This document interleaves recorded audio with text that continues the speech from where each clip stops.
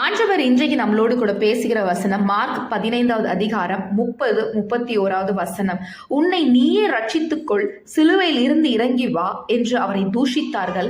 அப்படியே பிரதான ஆசாரியரும் வேத பாரகரும் தங்களுக்குள்ளே பரியாசம் பண்ணி மற்றவர்களை ரட்சித்தான், தன்னைத்தான் ரட்சித்துக் கொள்ள திராணி இல்லை. இந்த வேத பகுதியில இயேசு கிறிஸ்துவை எல்லா மனுஷர்களும் தூஷித்தார்கள், பரியாசம் பண்ணினார்கள். ஆனால் இயேசு கிறிஸ்து அதை பொறுமையோடு சகித்துக் கொண்டார். ஏன் அப்படின்னு பார்த்தோம்னா, அவர் ஆண்டவருடைய சித்தத்துக்காக தன்னை ஒப்பு கொடுத்தார்.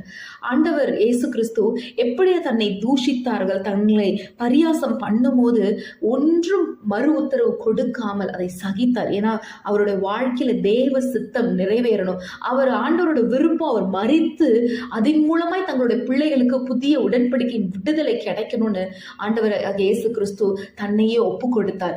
நாமும் நம்ம வாழ்க்கையில ஆண்டவருடைய சித்தத்துக்கு நம்மளை ஒப்பு கொடுக்கும் போது, ஆண்டவருடைய சித்தம் நம்ம வாழ்க்கையில நடக்கணும்னா சில பரியாசங்களையும் பலர் நம்மளை தூஷிக்கிறதையும் ஆண்டவர் இயேசு கிறிஸ்துவை போல சகித்து கொண்டுதான் ஆகணும். அது தனி மனுஷனா மாம்சத்துல நம்மளால முடியாது. ஆனா ஏசப்பா கிட்ட நம்ம பலத்தை கேட்கும் போது ஆவியில நமக்கு அவர் பலன் கொடுத்து இவைகளை சகித்து ஆண்டவருடைய சித்தத்தை நிறைவேற்ற நம்மளை பலப்படுத்துவார். ஆமீன்.